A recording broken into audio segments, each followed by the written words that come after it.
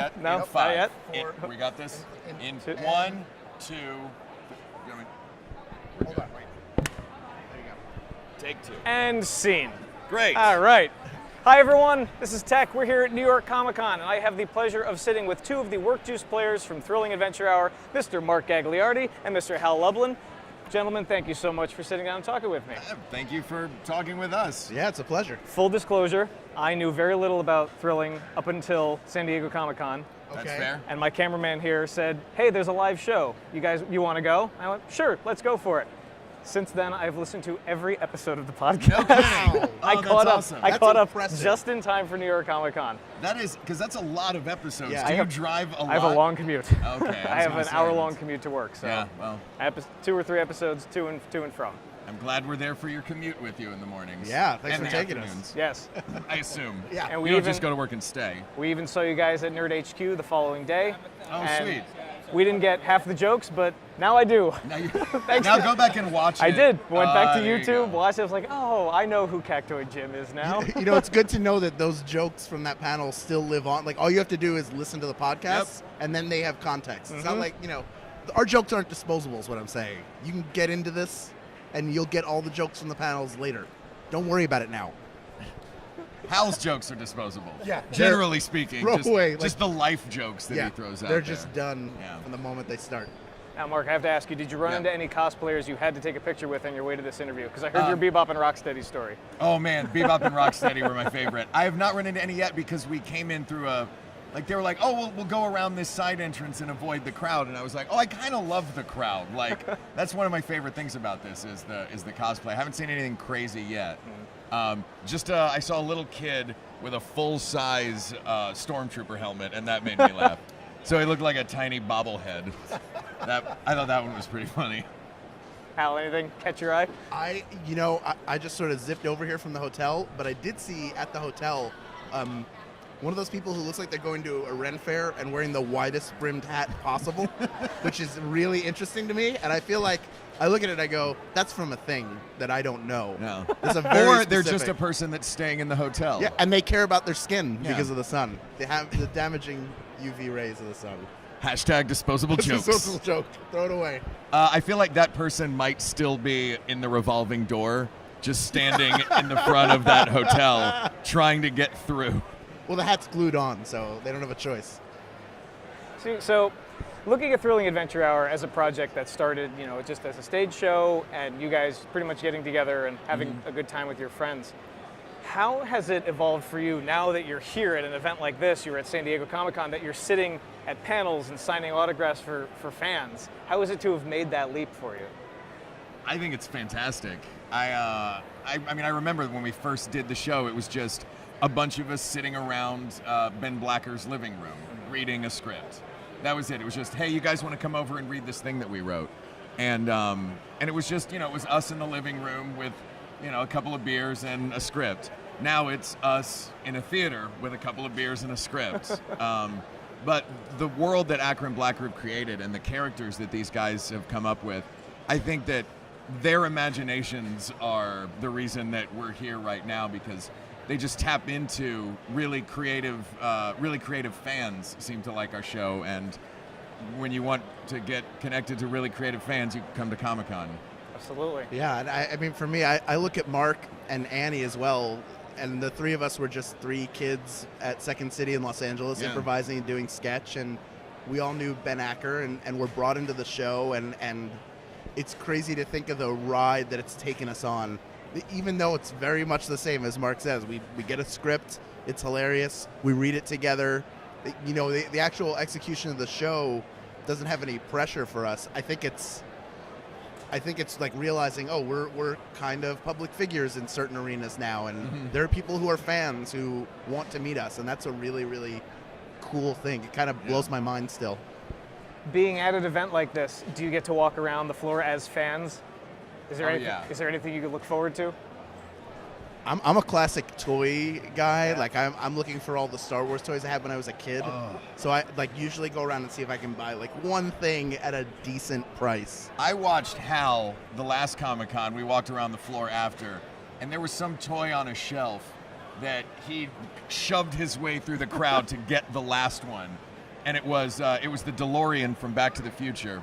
And it was, what was it, what were those plastic? The Funko, the pop vinyl. The pop vinyl of this DeLorean, and he shoves his way through and grabs this DeLorean, and there's this little girl behind us, and she's holding a Doc Brown and a Marty McFly, looking at the DeLorean, looks up at the guy running the place, and she's like, "Mister, do you have any more of those?" He says, "No, I'm sorry," and Hal gave her the most smug smile. Did I? Yeah. Just gave her this look like, "Sorry, kid, should have been faster." You got to, and Hal gave, and I was wondering which direction you were going to go. Yeah. This is a really important teachable moment for that child. That life is paved with a series of disappointments and victories. Yeah. Well, and all of the disappointments will be Hal's victories along that kid's path. I also got a Doc Brown. I just want to point that out. Well, just so to you go know, along. the exclusive right now is Ecto 1. Oh, So- yeah, I'm sure it's similar. Like, they had a few exclusives. Ecto 1 was one in San Diego. There was also a Tauntaun, the Wampa and Luke hanging upside down with the lightsaber. And every day, they sold out in like 15 minutes. They were gone. So I'm not even going to bother this time. I'm going to assume at some point it'll show up in a store and I'll get it then. But, it's like the exclusive stuff is always insane. Well, you know why they released that Ecto 1 exclusive. And I'm not sure if we're allowed to announce this yet. Ghostbusters 3 is going to happen, and Hal and I are the new Ghostbusters. Yeah, just the two of us. You Just heard the it two here of us. first. Yeah. What a scoop. Do you want to be the third Ghostbuster? Yes. Yeah. Oh, God, can I? We are the three Ghostbusters. And Yep. you can pick which one you are, but not Venkman. I Yeah. call Spengler. Okay. Winston. Well, yeah. And I'm going to play Janine Melnitz. Give me your best. We got one. We got one! That's pretty good. Thank you. I hope I held the mic far enough away that That you keep didn't for blow you the there. ears It'll be out fine. of Yeah. the audience. I'm sure if Philip Fathom cannot blow out a mic, it'll be good with Ginny That's Melnitz. right. So, speaking of which, of all the characters, for Hal, Philip Fathom, the narrators, Gummy, Croach, Queen Victoria, which is one of my absolute favorites. I'm Thank you. sorry you've been out, you haven't done it in a while though. No, I haven't. And I was ready to walk on stage and do my Queen Victoria, and Matt Gorley walked past me right out to the stage and played Queen Victoria. So I guess now he's Queen Victoria. Well, I hope you get to bring that one back. But I did notice in my listening, you have both been the trick clock. We have both Yes. been Trick Clocks. He has filled in for me not only on Trick Clock, but several narrator. There's like a phone chain for narrators. Like Yeah. if I'm not there, it'll be Mark usually. If Mark's not there, it'll be Annie. Yeah. Craig's filled in.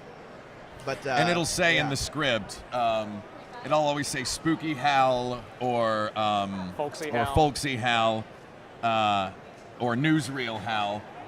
And if it's one of the other actors, it won't say like, Folksy Mark or Newsreel Mark. It'll say Hal Mark.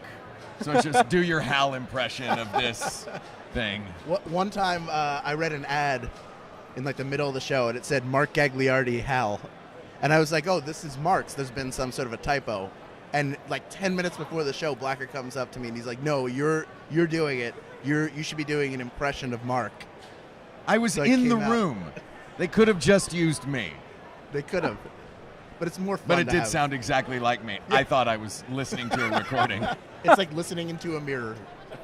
And your Mark Evan Jackson is spot on. Yeah, When thank did you. The mind swap during Sports Yeah. Nevada. Oh my God! I had to roll it back to make sure that's what I was listening to. I met a fan once who that was her introduction to the show, was the body switching episode, and she spent like 6 episodes completely confused.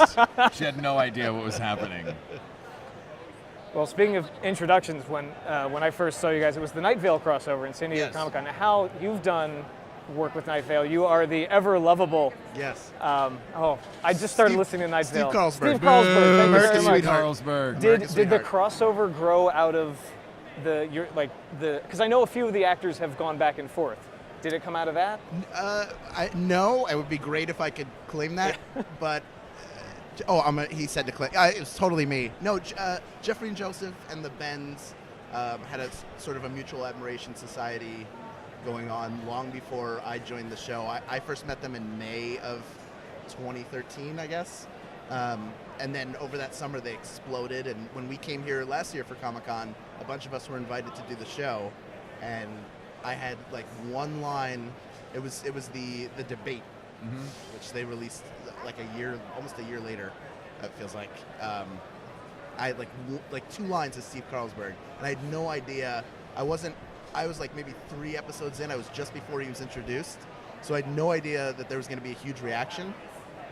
And like in between the 2 shows, Jeffrey was like, "I'm surprised they cheered for you, because I would have thought they would have booed. Steve's not a light character." And then the second show, huge reaction, and then a watch of boos. And as soon as that was over, I was like, "You have to let me play this character forever." So I've done live shows and recorded some stuff. They sent me a really cool monologue that I recorded for the September 1st for episode 53. I feel like they've built that character up because of your involvement with it, and it's really funny. Yeah, it's really cool to get to come in and maybe give a twist on the character that then inspires them to write in a specific direction. Maybe it's really great. It's completely different than doing this, which is really interesting. Cool. So the last thing I want to talk about is the show this weekend. You got 2 shows Saturday night over at the Bell House. Awesome. Anything you can tease for the fans before the show? There's going to be a Sparks Nevada, I can tell you that. There will be a Sparks Nevada episode. There will be a Beyond Belief episode. Yeah. Okay. I don't think those are really teases, though. That's pretty much every episode that we do. The middle segment, I don't know. What is the middle segment? Do we know what the middle segment is? Oh, okay. Well, then you can tease your catchphrase, at least. Sure. Apple pie! Yes! Return to Moonshine Holler. Awesome. Well, I hope you guys have a great show. I missed the boat. I didn't get tickets. They sold out too quick. Talk to one of these girls in the shirts. They'll take care of it. Seriously? We do that with everything. We're like, just talk to the girls in the shirts. Right? Awesome. Well, Mark, thank you very much. Rob, Hal, thank you. really appreciate Pleasure. it. Thanks for having us. Break a leg Saturday night. Thank you so much. Thank you. We're also at Littlefield on Friday doing an improv show. Right. If you want to come to that, we'll be there too. Friday night? Yeah. Awesome. Thank you, guys. Thank you. Thank you. Oh, work juice, mighty work juice. It's work juice for